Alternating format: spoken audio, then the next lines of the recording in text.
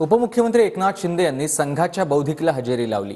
संघाशी लहानपणापासूनच नातं आहे आणि माझी संघाच्या शाखेतूनच सुरुवात झाली असं शिंदे म्हणतात। संघ परिवार आणि शिवसेनेचे विचार एकसारखे आहेत असंही शिंदेंचं म्हणणं आहे। तर बाळासाहेबांच्या शिवसेनेचा संबंध कधीच संघाशी आला नाही असं उत्तर संजय राऊतांनी दिलंय।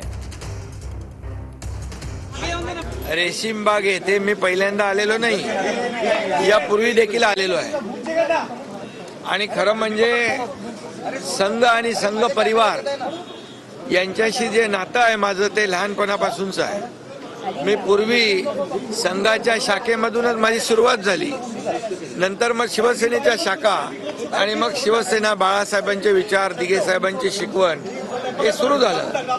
कारण संघ परिवार आणि शिवसेना यांचे विचार एकसारखे आहेत।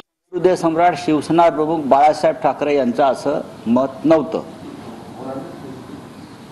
शिवसेना ही एक स्वतंत्र संघटना त्यांनी निर्माण केली, पण हिंदुहृदय सम्राटांनी स्थापन केलेल्या शिवसेनेचा संबंध कधीही राष्ट्रीय स्वयंसेवक संघाशी आला नाही, बाळासाहेबांनी येऊ दिला नाही।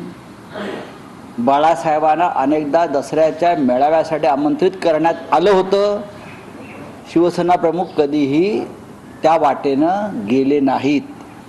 ही ऐतिहासिक गोष्ट आहे आणि याच्यावर संशोधन होणं गरजेचं आहे की ते लहानपणापासून स्वयंसेवक आस्थेमध्ये शिवसैनिक कधी झाले।